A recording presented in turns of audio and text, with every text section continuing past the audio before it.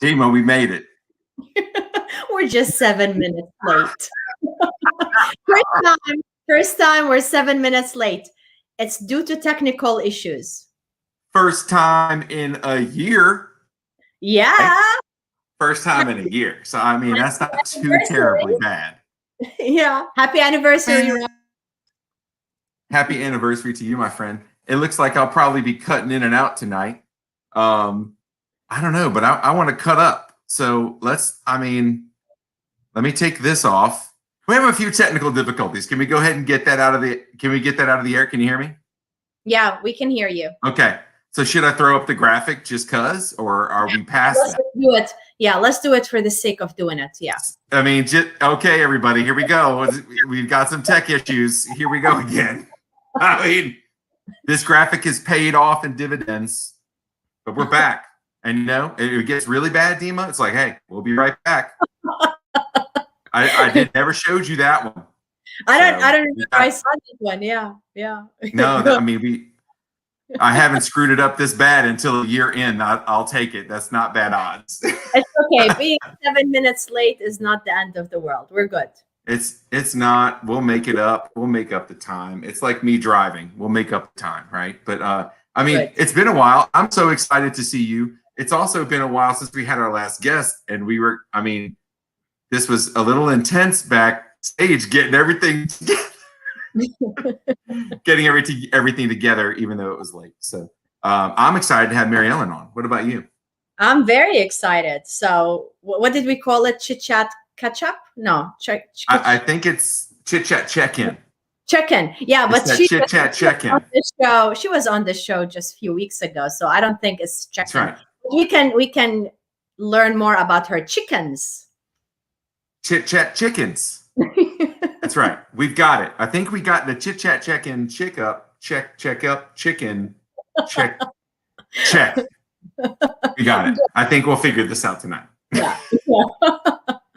Oh, Dima, it's so good to be back in the saddle. You ready to get this puppy going? I'm ready. Okay. I have to ask though, do you have some questions ready to go? Because we had a good vibe last time for the last show. I am so unprepared. So I was in Lake. It's not showing. Yeah, it took me 3 hours to get to Baton Rouge. And so we're just gonna figure it out. I'm curious about her background though. So we're gonna I think we're gonna hit the background. Let's go ahead and get this started because I miss Mary Ellen. Let's get the check-in chickens back in. Bam! Hello, friend. Hello. I think it was my fault that you had trouble and you were late, even though I was just standing here. It's like my bad, like always late vibes. It just rubbed off on you. I'm sorry. It's not your fault, and I'm usually late. It's that we both rubbed off on Dima this time, and we're that powerful. Oh, no. Sorry, Dima. Why did you say that? I was very cool. Did I look angry? No, so cool. Mm-hmm. Do you get angry? No. Is that a thing? What is angry, Dima? You don't want to see that. Usually very, very calm, but yeah. And then when you're not, what happens? Honestly, I can't remember last time I was angry. Now I need to think about it. Yeah, I need to. That's the chit chat checkout. You check out town when Dima gets mad because it never happens. Find yourself a new zip code. Maybe port over your number to another cell service. Forget living the way you used to. If you get Dima mad, you got two people on this call right now that we'll bust some kneecaps, and the chickens are going to laugh at us. The last time I was here, I made Rob cry. So I can't believe y'all had me back. I made you cry, and now I want to know what makes Dima angry.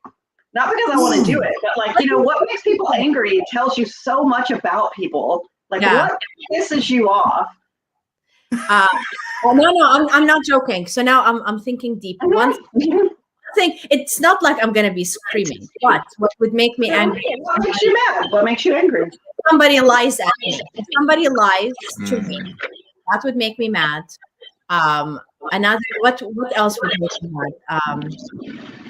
I think, yeah, somebody lying to me. That's just, yeah. That's Rob, enough. what makes you mad? That's an. I'm very passionate. I was even discussing this today. I get passionate about things. So sometimes my passion can get miscommunicated as like getting upset. But a lot of times I'm so engaged or I'm so invested in something that I do get amped up really quick, but that can come off like I'm mad. What gets me mad? It's intense, man. You're just. I can get if I'm feeling it and it is in my blood, like I express it, so that comes off wrong. But what really gets me mad though would be, like the person in the left lane, like going 40 miles an hour when it's obviously 93 or more, right? I didn't see that. I see that didn't land very well. Like what I'm saying is what gets me mad are like little pet peeve stuff like driving habits. And I'm a bad driver, so I guess being impatient is something that I get upset about. So something going slow when I know we have the ability to go fast can get me kind of upset. It can get me upset. He's getting upset just talking about it. Look at his face. I know. Yeah, you are. You really are. I've been doing a lot of driving lately. Wow. What about you, Mary Ellen? You're the guest. You can't be asking us. We need to be asking you. I'm a journalist. I can do whatever whatever questions I want. No, but for me, I've actually given kind of a lot of thought about this because often I found that I repressed my anger. And so like I would say that I wasn't actually angry. And it's like, well, no, I'm angry. Like that is actually this feeling. And the thing that makes me angry is people taking advantage of other people, like, and not just me. In fact, sometimes I'm better able to respond to it when I see other people doing it to someone else. When it's happening to me, I might even kind of freeze a little and, get upset. But like, whenever people have like power and they use it, like not for good, they use it to take it. That's what makes me angry. Like misuse of power. Yeah. Yeah. Well, you must have been very angry the last few years. Yes, actually, and for my own mental health, in many ways, I had to step away from it. And I'm currently very angry at my alma mater. If we want to talk about that, like right I thought about the shirt. I thought about the shirt choice tonight. Yeah, I'm angry not because I don't love LSU, but because I do. That's why I'm angry. I'm really angry, like realizing the just how far down the corruption went with that. That we know about too. That we know about. So it's already making me pretty fucking mad. And look, I give you that 100%. That you're 100% right on that. Like, I can see how and look, technically we were lied to. So yeah, you got lied to. I saw an abuse of power, and you saw waste and inefficiency. Like you were like, you gave away how much of my taxpayer dollars?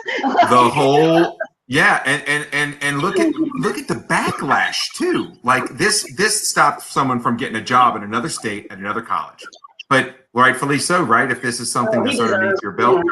Yeah. So I guess it's so crazy how far reaching this is, but I hope that's a lesson to everyone involved as well. They not only tarnish, I mean, kids, when you think about it, I heard something during the pandemic, like last year, right? And they were talking about, wow, with all the stuff going on and everything after George Floyd and all of everything that was exposed, right? Something like Hamilton, celebrating someone like Alexander Hamilton might not have happened. So that, right? But then something like this, do you wonder if the national championship would have happened if we didn't sweep Darius Geis and everything else underneath the rug and didn't deal with it the right way? We wouldn't have been champions. I don't feel like a champion right now based on how we handled the situation, based on how we handled people's lives. So yeah, I'm back with you now. Driving is nothing. Misuse, screwing people over, that's getting me pretty pissed off. Right, and that's different from your worked up face, because like right now, I can tell you're mad thinking about this. And that's different from all the people they harmed. They harmed they harmed everyone in this. And think about the people that really got harmed. This is horrible. this erases all some things that happened a few years ago that we could celebrate in a way. So it's not quite the legacy or tradition that we kind of we walk through those halls and those oaks with. And the people in power probably need to deal with the repercussions and consequences that are there. I need a new board. That would be a start. I need a new governing board for the university. I don't know that I would get one, but that would make me feel better as an alum and as a Louisiana taxpayer. That's what I want to see. A new governing board. Who is that? Is that Regents or something? Who is that? Yeah, LSU's got its own, because there's like an LSU board. It's like, I don't know, it's actually fairly convoluted, but there is a governing board for the LSU system. And I want them all gone. Like if you were sitting on that board when this went down and you know about this, I want them gone. And then there's the lawyer, the woman who, I don't know if you followed this, the woman who was like advising them, the HR lawyer. There's a special place. There's a special place in Hades for her. She's not coming. Oh, she's all the HR, even like the progressive HR community. She was someone that was familiar. Actually, she would go speak at events and things like that. She was out and about, and they were all like, "Girl, you said what?" Like you told them what? Like, oh, it was not a good look. It's not a good look. Wow. So maybe you should change your shirt. Rob. No, yeah. You can wear your shirt, Rob. I mean, again, we are disappointed only because we feel betrayed. Oh, yeah. We feel betrayed if we didn't love them. That's look, I needed another shirt to wear, and I picked this. We were already behind 6.5 minutes by the time I had this shirt on. I'm sorry, everybody. And the white shirt wasn't going to cut it. I was wearing that all day. And then when I pulled this out, I was like, I'm going to be upstairs wearing this. I did think about it. And so the fact that I'm thinking about that, it's wrong. Yeah. It just makes you how wrong it is. So we covered the hate part. Okay, we can't have a show all about anger. We just can't. We can't. We got it out. Let's pause. We had to vent. Breathe a little. Okay. No, but I had to get y'all's blood pumping. It's kind of late in the day, I needed to get your blood pumping in. Sorry, my lamp is. Mary Ellen, tell us about what you have in your background. Hang on. I think I need more light though. I feel like my lights are. I'm having issues. So, okay. This is a painting by my friend Ben Clayson, who is an artist. He was originally from New Orleans. I met him at LSU, which even that was a funny story. I was on the bus, like the little Tiger Trails bus, like going to class, and this guy was there, and I saw him, and it was right after the Southern Culture on the Skids concert, and I had gotten up at that concert with a couple of vats of banana pudding. Sorry, we're going all the way back on this story because this is important. Because they were going to play, and they have the song Banana Pudding. And so I went in, I was working at Louis at the time. I brought in my own ingredients, and I made vats of banana pudding that we brought to the show. And after hanging out kind of backstage, we came out, and when they did that song, we got out, and we threw banana pudding all over the place. Like we just tossed the banana pudding into the audience. It was disgusting. But it was also delicious. Literally, you threw it out. Literally threw banana pudding people were eating it. People were eating. Look, this was the 90s. And so people were eating this banana pudding. It was really funny. The next day, I'm getting up, or like maybe 1 or 2 days later, I'm on the bus. I'm going to class, and there's this guy. He's like curled up, and he's this cute little whatever. And he goes, "Hey, you're the banana pudding girl." And I'm like, why, yes, I am. And so I make friends with this guy. I don't see him for a while. I moved to DC, and one day I am on the metro, and I look across the platform, and I see this guy, and I'm like, holy shit, I think that's him. And like the last I'd heard, we had a bunch of mutual friends and stuff, and I had heard that he had gone to California. So it surprised me to see him like across the metro, but I couldn't get to him. So I did the only thing I could as he was about to get on the train. I yelled, "Hey, Ben, how was your trip to California?" and which apparently really freaked him the fuck out. He's like, what are you doing? And Crazy Louisiana people. Yeah. Yeah, we find each other. We just find each other. And so then I wound up getting into, like, he posted on this like sort of early blog that we were posting on, this thing called Killogs, about, hey, yo, is Mary Ellen like living in DC or something? Because somebody that looked and sounded just like her is like yelling at me across the platform. And like, yeah, so we figured out, we got back in touch and we started hanging out. And, you know, and Ben, you know, he was an artist and he would just kind of do stuff or whatever. We got to the point where one time he wound up owing me a bunch of money. Like, I had bailed him out enough. I'm like, yeah, here you go, borrow some money. He owed me some money. And I was like, okay. And he was like, well, how about if I just give you a painting? And I was like, oh, do I get to pick? And he was like, yeah, whichever one you want. And so this was the one that I picked. So Ben he actually still lives up in the Baltimore, DC area, and he's a cartoonist. And if you read the local papers there, like essentially their city paper, he does the cartoons in them. So, and this style is very distinctly his. And so he made this thing, it's got these pieces that turn around, and some of these are quite profane, but some of the simple ones are like, that's this one, awesome. Satan. There's my favorite. The problems you guys have at work are endlessly fascinating. Tell me more. Like, you know, because, this one, here's a good one. Does my butt look big in this dress? Oh, and this, don't forget, your penis is stupid. The thought bubbles for this girl. Yeah, what else did she say? Oh, this here, I'll stop with this one though. This is amazing. Ha ha ha, I'm not totally hot and you're married. I'm totally hot and married. So it was the kind of stuff that Ben would yeah, I think I lost it. Like, oh yeah. Anyway, so some of them are just like really not fit for company. So I'll just leave it on that one. It says, let's play video games and sleep all day. But anyway, so now, I mean, this is like what? I hope he didn't owe you more than $100. Otherwise, he would have had a really good deal. So I feel like somebody's a hater. So also the reason this is in the office is that my wife hates this painting. Another one of his paintings that I used to keep in my bedroom, and whenever one of the conditions of us moving in together was that it had to be removed, and it is now in the laundry room, like over the washer and dryer. So, you know, we have a lot of art in this house. We have a lot of art. We buy each other art for our anniversary. You know, it's like art is really central in our life. And then, but that doesn't mean we always agree about the kind of art that we want to have around us. And some of it slowly makes its way to the laundry room. Heartbroken. Is that because it's dirty humor? Is that because it's not. She just doesn't like the style at all. Like, she's like, I'm not looking at this. This upsets me. I love it. I thought it was awesome. I was trying to make a bad joke, a pun about it. I wish. I would second move that. But I'm the only person in the house that likes that. I like it. I love how you can change the message. I like that you can change stuff. Yeah, no, I switch them out. I put them on different things.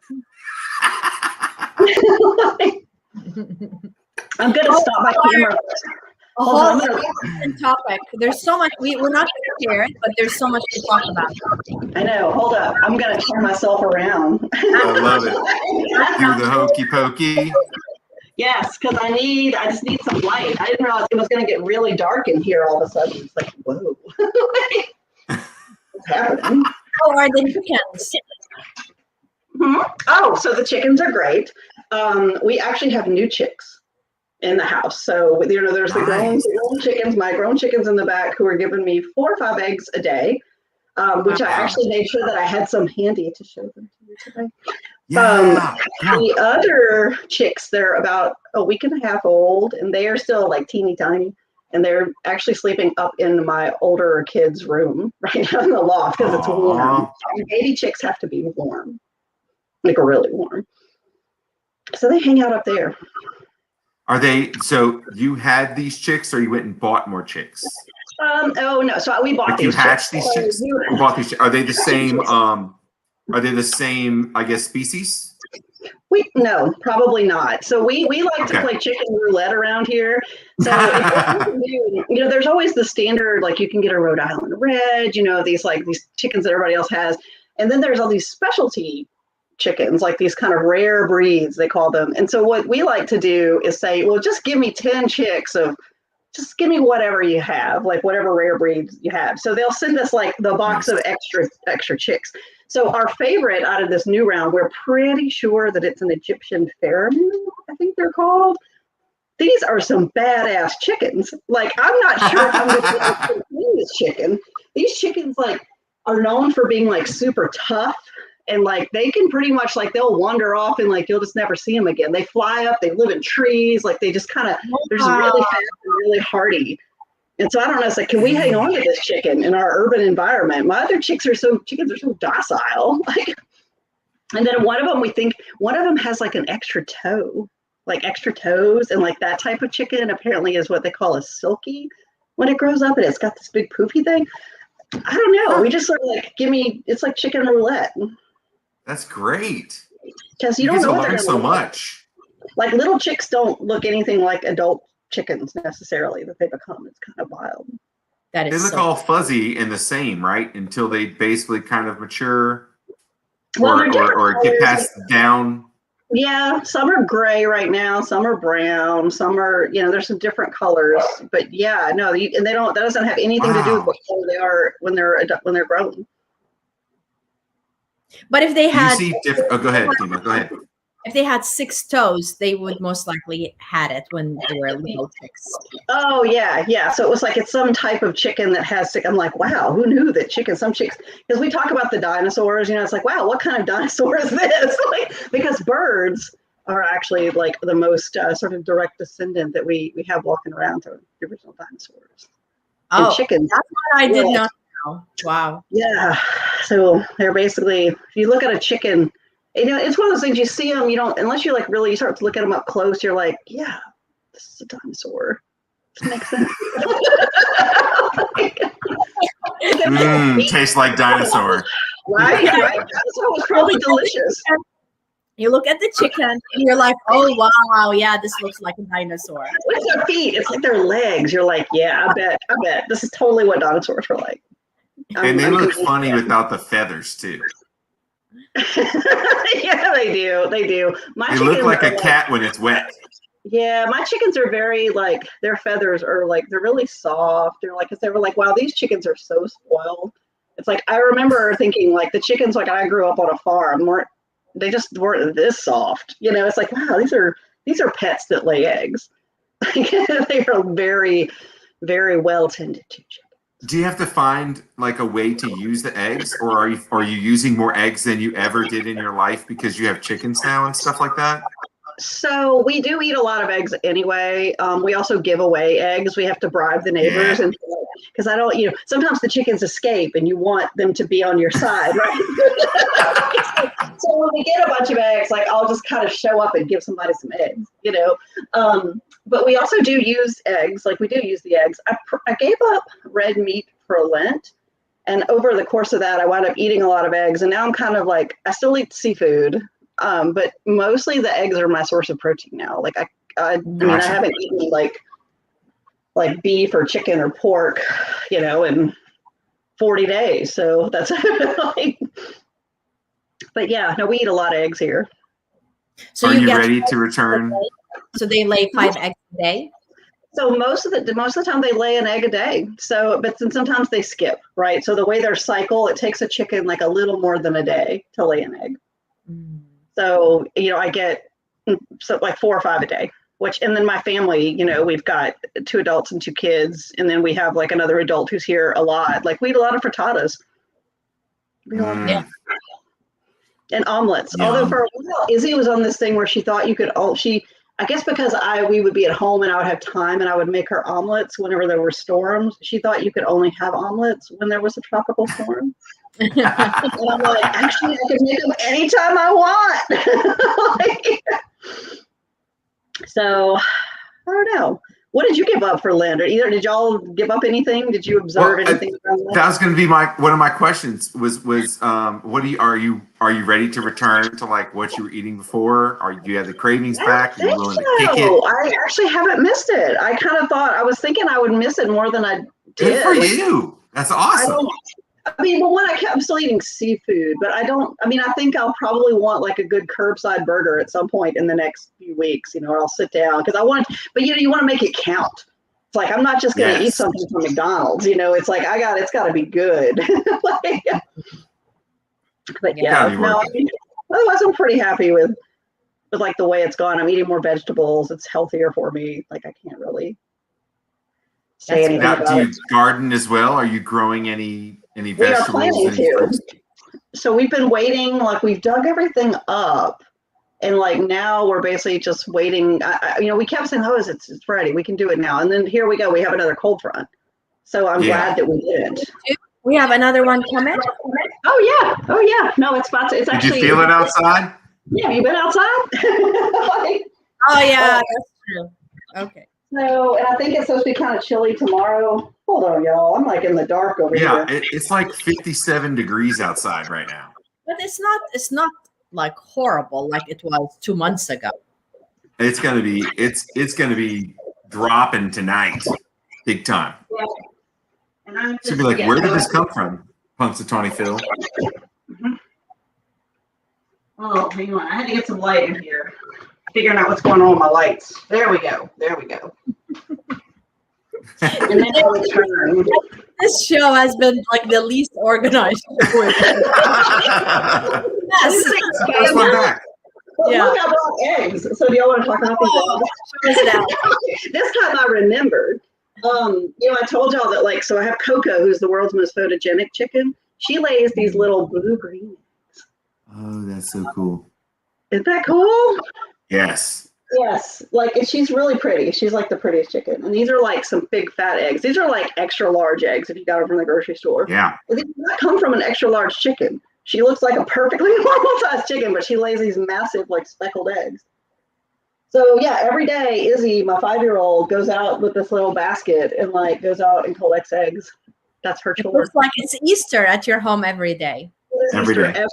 The eggs are already colors, it's kind of wild. I want to have chicken one day.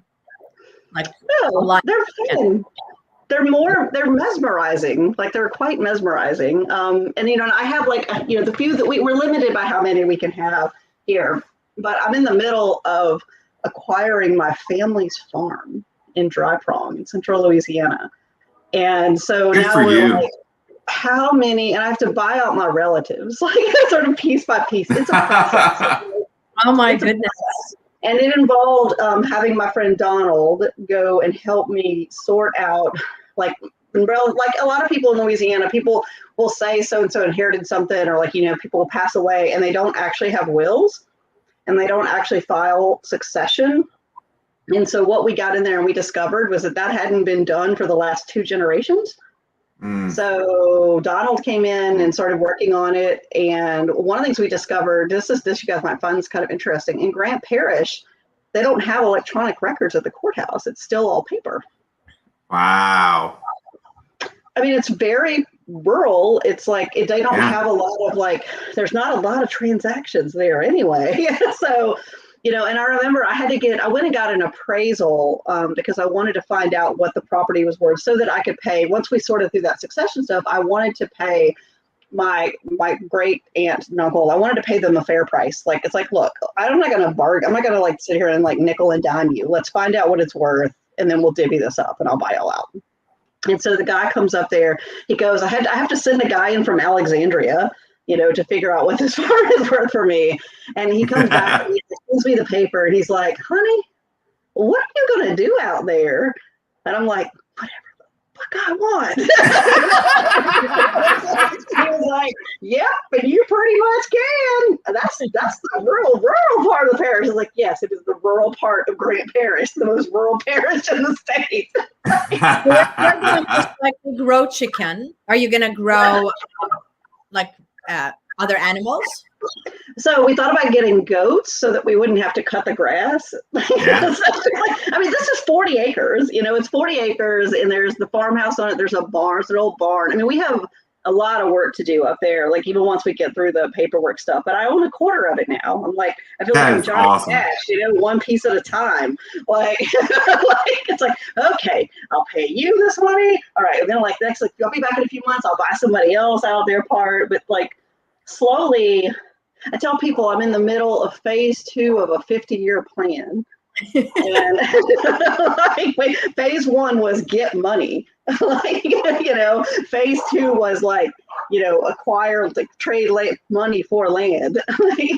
Phase 3 involves fixing it up, like, and actually making it like a place that we can go and do stuff. And there will be goats and there'll be chickens. I don't know what else going to be out there. I have these memories of like what was there when I was growing up, and it was an active farm. I don't think it'll be that robust. I'm not going to live there and farm full time like my grandparents did, but mostly I want to look out at trees. It's in the middle of Kisatchie National Forest. Wow. And have your relatives, have they been helpful? Like they were open? Oh yeah, no, they don't want it. I have like it's one of those things where it's not actually worth a lot of money, like objectively. It's worth a lot to me emotionally. Like this is a place where I feel at peace, where I stop running, where I calm down. I mean, your cell phone doesn't work there. There's no internet. I mean, you have to get satellite if you want internet. This was the last place in America that got landline phone service, and that was in the 90s. Wow. Yeah, and that last mile thing where the government had to require, like it was basically a great loss to the phone company, ran phone lines out. So it's different, it's a different pace. And I just associate it, the road that it's on is not paved, and it's named after my grandfather. Wow, that's amazing. Like, it's just red clay road. Don't get stuck back there in the rain, man, because that's where you live. But it's beautiful. Like if you're up at the house, like you look out and you just see this rolling, because this is North Louisiana, so we have hills. Hills. I was thinking Grant Parish. That's out yonder. So it's Dry Prong, and most of you, if you know anything about Dry Prong, you just know it as a place to get a ticket, because it is a speed trap. It's just I've heard of it. I've never been. People living in it, and they've got like 4 cops. Wow. Like the government, I mean, it's also super poor. And it's like, I swear the whole town is funded on like giving tickets to people on their way to Ruston. Ah. That's it. It's on 167. That's it. All you can do there is get a ticket. That's it. And one time I went there when I was in college, I was going up to see my grandmother. It's my great grandmother. And I got a ticket. Right? And I got there and my grandmother was like, who's the old German lady, is like, you're late. I'm like, yeah, sorry, I got a ticket. I'll give you a ticket. And I told her who it was, and she walked over and picked up the phone, and she was like, why are you giving you can't give my granddaughter tickets. I need you to, no. She can't afford to get tickets. If you give her tickets, she can't afford to come see me. So I'm going to need you to stop doing that. So what happened? It was gone. Like, it was like, this is Ellen Slayter. I'm going to need you to make that not happen. Like, because I can't have her not this. So, I mean, I didn't ask her to do that. It's that easy. I tried to beg. It doesn't work. My grandmother would never beg for anything. Like, I'll put it that way. Like, she just informed him. She informed him that he was going to need to not do that. She was a formidable woman. So I have a lot of great memories of her. Like, would you want to be, how would you want to be described, Mary Ellen? If someone were to say, if that's an adjective, right? I'm horrible at English and grammar. Is that an adjective? Oh, formidable. Formidable. Oh, I will embrace formidable. Like formidable. I was gonna. What would you want? Because formidable is like. Formidable's a good word, right? Where you're just like, no, that's not what we're gonna do. Let me tell you what's about to happen. But she was also very sweet and very loving. She was both of those things. Like, and she was a very caring, generous person who also had no time for your bullshit. or mine. Okay, so how do you switch like that? How do you switch? Because there's, not everyone can do that gracefully. To switch from being formidable to empathetic to how did she manage to do that? My perception is that she didn't switch. It's just that she would understand you, and then you needed to understand. That is formidable. Because part of what made her formidable is that she did take the time to understand what was going on. Wow. Like, she asked a lot of questions, and she would just and then, but once she decided. And why are you still talking? What is this? What is that from the Mandalorian? I have spoken. That was it. And so I aspire to that. I aspire to I would say the way that she wielded power was also fundamentally a very feminine way to wield power. It was in the spirit of love and generosity and caring and nurturing. She was all those things, and also really strong, and would not be moved once she had decided on something. Do you feel you got these qualities from her? Because it seems to me that's a lot of you too. I aspire to it, right? I certainly, I named my older child is actually named after her, Irene. It was my grandmother, Irene, and that's where Rena has got their name. But I certainly aspire to it. I make no claims to have achieved it. Check with me. She also, she lived a very long life. Check with me when I'm in my 90s. Yeah. What I'm rocking at 90. With your chicken and your goats. Yeah. Yeah. I remember, she just, and it didn't matter who it was. It didn't matter if somebody would come by, wanting her vote, and she would sit and she'd listen to them and just okay, well, all right, well, you can go now. It's she just would never she was just, people really wanted her approval. I guess I would also say she kind of gave off that vibe, you wanted to please her. You wanted to not disappoint her. I know certainly that was a driving motivation for me for my entire life, was do not disappoint her. So, but her ability to make even relative strangers not want to disappoint her, that I admire and I aspire to. So what's her history? What was her background? What's her story to be able to wield this power so well? Where did she come from? What does she grow up with to be able to do this? Central Louisiana on a dirt farm, on a red dirt farm. You don't make a living, you don't make a life out there if you're not tough. If you're not resilient, if you don't plan. These are things that, it's one of those things, the nature of farms. My grandfather was also certainly a hardworking man, but he was not the planner.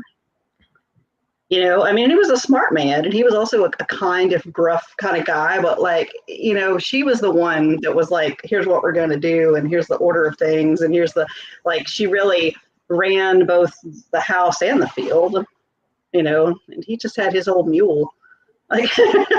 They also never mechanized. My grandfather did not believe in tractors and whatnot. He had this old mule out.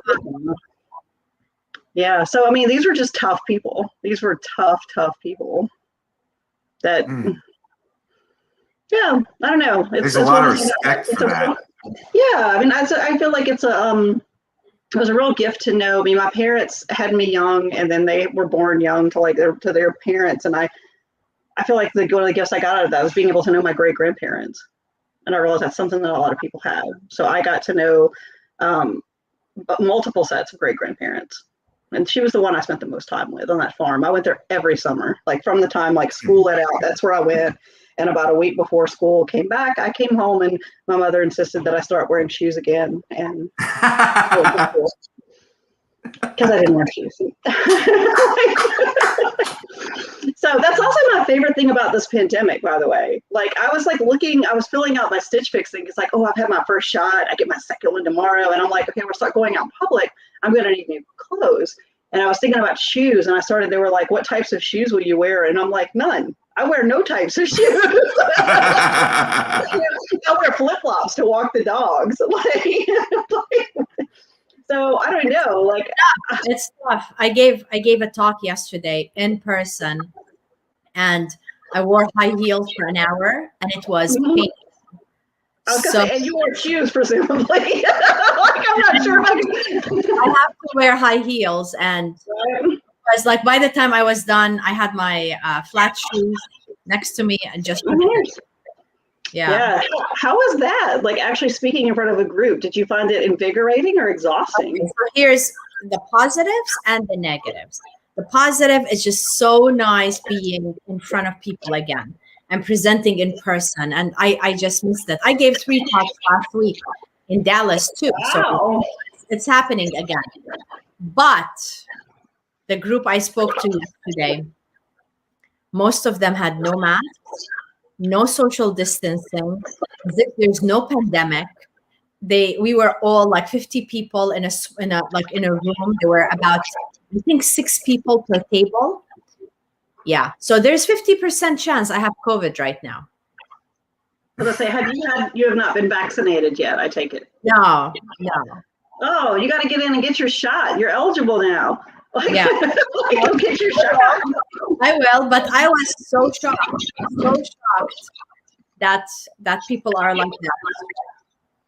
I find that's why I just stay home. That's why I just stay home, and I don't, but upside you again. Also, I don't have to wear shoes if I just stay home. Yeah. But you know, the speeches I gave last week, they were the opposite. So they were measuring our temperatures. We had to complete a survey every single day about any symptoms. There was a lot of social distancing.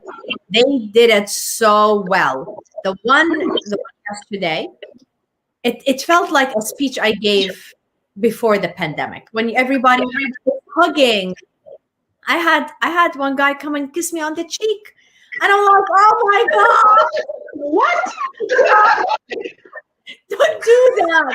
So I would lose my mind. I don't want to say who he is, because you will know him. He's a political figure. And I'm like, holy God. And it was so funny because I initially looked at him and I said, hello, like, from far away. And he looked at me and he said, hi, how's the family?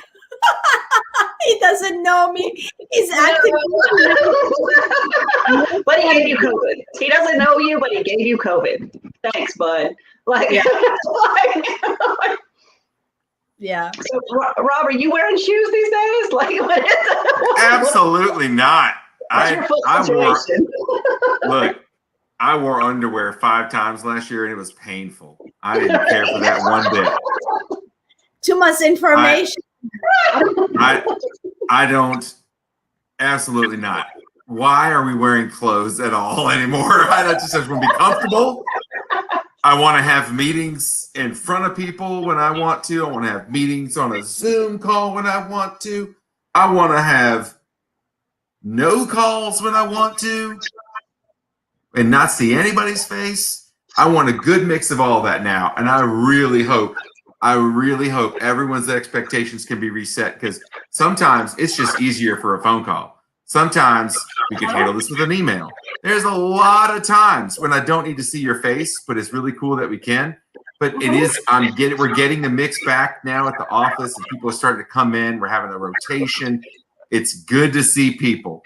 It does come with that icky cooties feeling, to start. And there are people that handle it great. There's some where have we been the last 13 months? But overall, it's good to see people again, and it's good to have the positive side of interaction with people again. I can't express that enough. I've been craving it.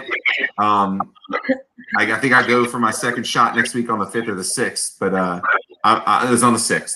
I'm looking forward to matching people's expectations also with their comfortability levels again, but having a good mixture of it all. I want a good spread of it all, and I don't want people to have to we have to do in person. We have to do a Zoom call. I feel like I really hope that people open up and allow multiple forms of communication to be available again, and also to be aware when someone doesn't need FaceTime and to give them some space. I think it's healthy in ways. Because I think understand the whole thing. The question that Mary Ellen asked you was about shoes. So why did you talk about underwear? I'm not wearing. I'm not wearing. I want to be comfortable. I want to be comfortable. You know what else, And I think I'm not convinced that Rob is wearing pants today. this has been good, y'all. Stand up. Stand up. Do you feel like you yeah, much less underwear? I've got shoes and things on. Got shoes and things. Are you kidding me? Y'all saw me running around trying to get this, get that. I was Go backstage. grab the LSU sign. Can you go grab the LSU sign? I see what you're doing. I see what you're doing.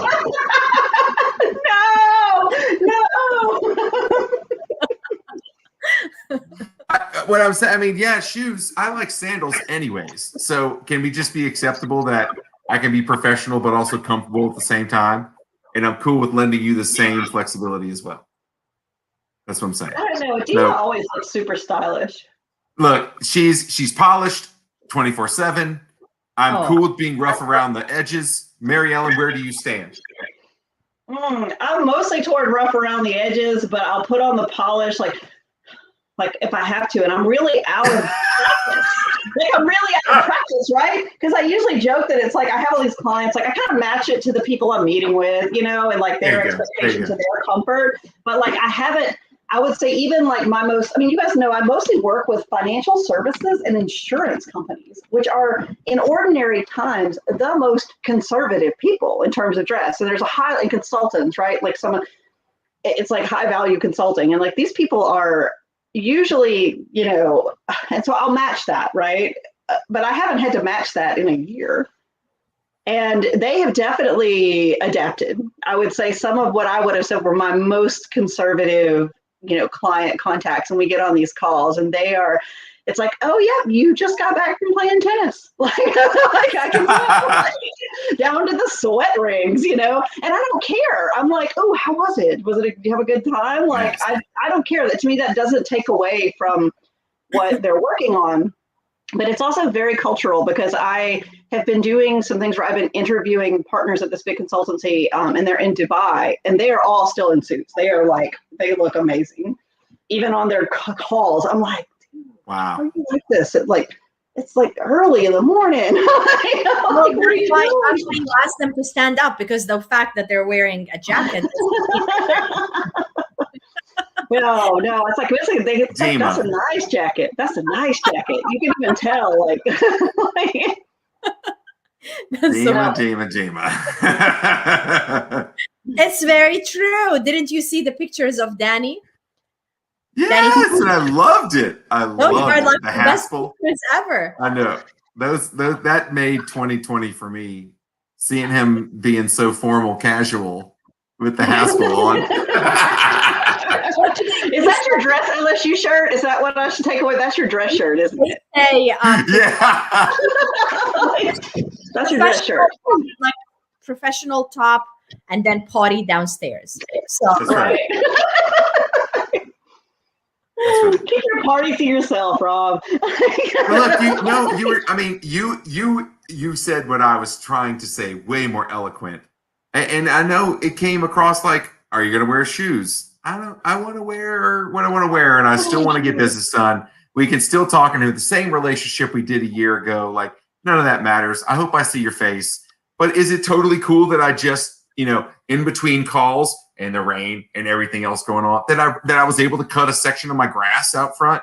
Like, that's totally acceptable now as a culture with us working remote, at least, and us having a rotation. Like, I don't think we're going back in person full time. It's going to be a hybrid for us going forward. And that's extending that walk time, to get up and stretch time, like go walk your dog and have fun, play a quick game, or go get something done really quick. Like, that should be acceptable, because honestly, could you really get stuff done in life between 8 and 5 a.m. when you're working?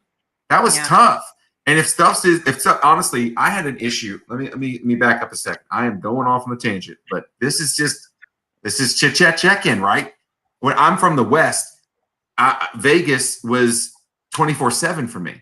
When I switched from Vegas to South Florida, it was like culture shock. Stuff ain't open past 8 or 9. And that was in the, 80s, 90s. And then fast forward to like when New Orleans was open for alcohol, not as much for food unless you were older and could get the alcohol. And then, so I guess what I'm trying to say is not having things open a lot or extended hours made it tough to do business during normal day. And if you own a business, you're trying to do work, it's tough. I think it's good that we can work stuff in. That should be part of our culture. I hope we can embrace that, where it's tough to get prescriptions, get your kids straight, work on yourself, get activity done, and then you can still sprinkle in some work. Like, can that be acceptable going forward? I really hope so. And so that's kind of what I'm trying to drive with that conversation. I know it seems off. Here's what I find kind of, somebody who worked remotely for a long time, even before the pandemic, because we did a lot of just voice calls, right? The voice call was the default way. And if you got on a video call, that required special request. Now the default in my world is a video chat, and you have to say, hey, can we just do voice today? Yes. Or like, hey, I'm just doing a voice today. Because I used to be able to, when there were calls that didn't require me to be in front of my laptop or to take notes, when we were just like kind of checking in, or like they were more conversational, I would walk and talk. When people are on video, you're obviously not walking and talking. So right. I found that I just got a lot fewer steps in, because suddenly now I spend 8 hours a day staring at like video chats. And I think we need one of those, those old diagrams that were like, could this meeting been an email, things. I think we now need a flow chart that like shows like, hey, is this an email? Is this a text message? Is this, is it a video chat? Is voice okay? And like, to me, in person should be like the last thing in that, like if none of the other ways will work. And then right before that is the video call. Yeah. I think we should be more judicious in our request for video. Our world so changed, like all aspects. Wow. Yeah. Well, it's a request for your time too. Say one thing, Rob. One quick thing. No, go ahead. Go ahead. It is. It's so funny that until now I'm being asked to give training about how to work in a virtual team and how to manage virtual teams, and I'm like, where have you been? Like, it's been a year. They still need help with how to manage a virtual team. Are you kidding me? So, yeah, there's still organizations that are struggling of how to work virtually. It's got to be industry too. That's tough. And then, I guess also maybe a generational thing, if you're forced to do it, or if you can still get by on paper pencil, if you're rural, those things also, the access still come into play. But it is kind of hard. I cringed when you said that Grand Parish didn't have their records on electronic file or something, right? But like that's even from, it's like, how can we be doing this now? But there's still landlines out there, and people still dial up. And yeah, it's still, they got, you don't get dial up, man. You get satellite. They leapfrog. Yeah. But no, I think they'll get there. It's just like sometimes you look at the pressure on these things. Like digitization is, we completely depend on that in the metro areas, but it might not. The ROI is probably not there for a place like Grant. If they're going to spend money, they need to spend it on like, nutrition and early child care, not digitizing a courthouse. Right. Yeah. Right. Priorities. And it's crazy. What is your communication preference? If they digitize, somebody's going to lose a job, right? And there aren't that many jobs to start with. Good point. Good point. Yeah. Good point. What's your communication preference then? Because you mentioned like text. Can this be text? Can this be an email? Is this, what is your rank? Okay, well, so for me as a professional communications person, I believe in matching the medium to the message, right? So if you're texting me and you're not my friend sending me funny, gifts or whatever, like it should be urgent. Like my team, that's kind of the hierarchy of things. Like a text is like, you need me right away. Like if I didn't show up before we had this thing, and I would like, y'all should text me and be like, hey, are you coming? Are you alive? Like that's text. Email, email is something that when I send somebody an email, I expect a response in like 1 to 2 days, 1 to 2 business days. So send me an email if you need to explain something, but it's not as time sensitive. Call me if it's, time, if something we need to actually talk through, but I would suggest that you text me before you call so that I know. Yeah, hey, I always think that's really funny. We send a text, hey, you got time for a call? Like I don't know if y'all do this. Like I never just call somebody. Yeah, I never do that either. I ask first, like if you could talk. I like phone calls when you have to like kind of hash it out, when you're like sharing your ideas and you're kind of going back and forth. I think that the video, oddly enough, inhibits that. I think it's better when you're thinking about it in a work setting anyway. It's like video feels better to me when you need to present something and then discuss, and present and then discuss. Like if you need to be able to see people's faces and see how they are responding to a thing that you're sharing. I find a phone call more intimate than a video chat. Oh, wow. And my therapist agrees with me. Like I can see that. He says it leaves something to the imagination.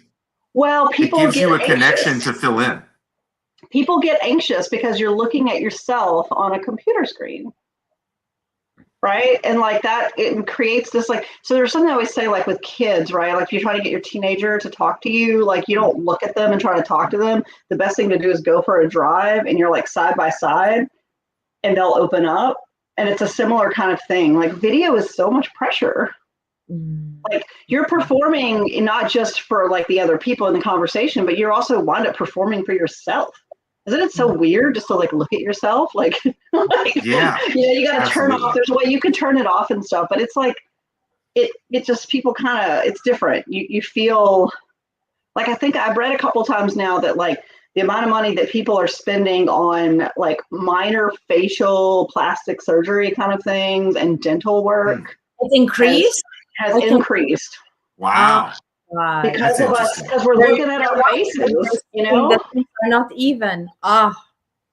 Wow. Like I'm looking, you're like, oh, I should do something. Because you don't stare at yourself for 8 hours a day. Like, that's not normal, right? That's right. So, but now you're like, oh, hi, you're telling me they could take that bump out of my nose? Okay, all right. And you're like, oh, you realize somebody's, let's go. But apparently the cosmetic dental work, too, has just skyrocketed. Oh, wow. Hey, that's interesting. That's kind of interesting. It's making us self-conscious. We were pretty consumed with ourselves before, but. Right.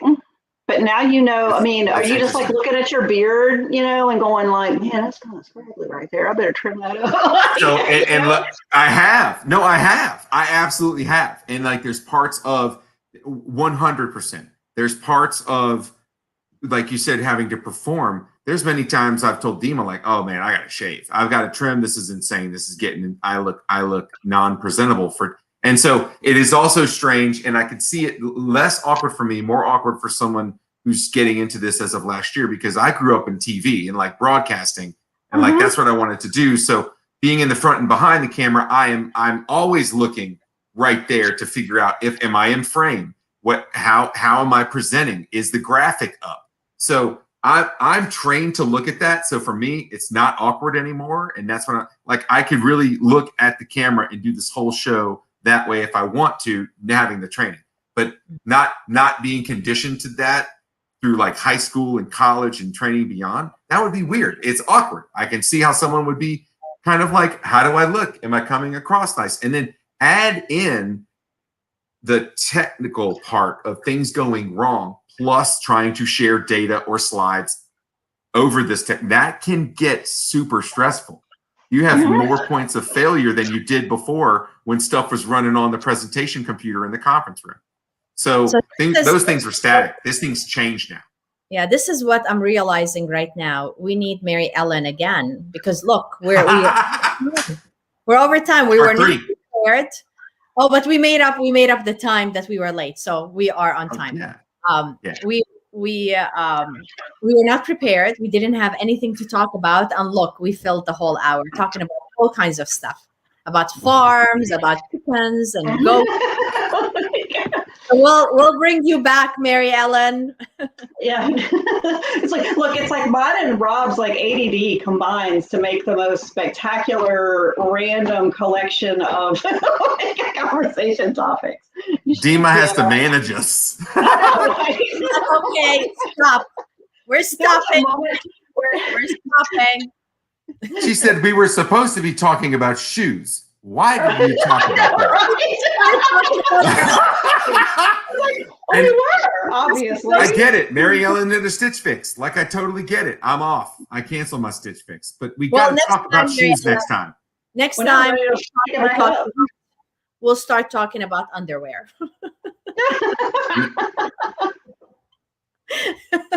Keep your clothes I'll have on, a different man. shirt.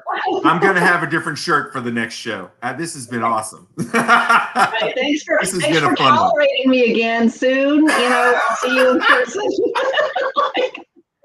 That's fun. Yeah, once we're all vaccinated, we'll get when we're all vaccinated, this can be live. So Dima, you got to catch up. You got to catch up, Dima, because I'm getting my second one tomorrow. Rob's up in a couple of weeks. You just need to find yourself a Walmart parking lot. Yeah. Okay. I went in the parking lot. Me too. Where'd you get yours, Rob? I got the Cortana. I went to Cortana. Yeah, that's where I got mine. No wait. The pharmacist was really nice. I barely stopped looking at my phone when he gave me the shot. I was like, oh, that's cool. Isn't that the way all immunizations should be? You should never have to go inside. All immunizations and all of that should just happen in a parking lot now. It's totally acceptable and fast. That's so right. Everything used to have to be so sterile and clean. No, man, shoot me up in the parking lot in Cortana. The parking lot in the Walmart in Cortana. That's nothing now. Are you kidding me? That's totally acceptable. Except I can see the look on Dima's face, and I'm not acceptable at this point. We've got to close this show out, and we've got to have part 3. We'll have part 3. Part 3. We'll have part 3. All right. Okay. So. Who turns it off? I'm not in charge here. Okay, everyone. Okay. Good night. Mary Ellen, it was wonderful. I miss y'all's faces. We'll reach out to you to schedule more. All right, we're gonna hang out soon. It's coming. I can feel it. Miss you too, friend. It was good to see you. Y'all stay safe. The chickens, tell the chickens, the Egyptian Pharaoh, I believe. Tell them we said hello and cluck cluck. All right. Love y'all. Be safe. That was it. That's today's show. That's it. We're gonna close this one out because Dima's probably gonna talk to me after this. And so this has been amazing. If you also have a great, amazing guest, right? We want you to suggest them. And that's look. See, we are technical difficulties coming up. I got a graphic for that. Suggest a guest. We love guests on the show. As you can tell, that's how the magic happens. We want interesting, exciting, inspiring people to be a part of this show, part of the experience. Thank you for being a part of this. We really appreciate it, and we'll see you next week. Have a great one, everybody.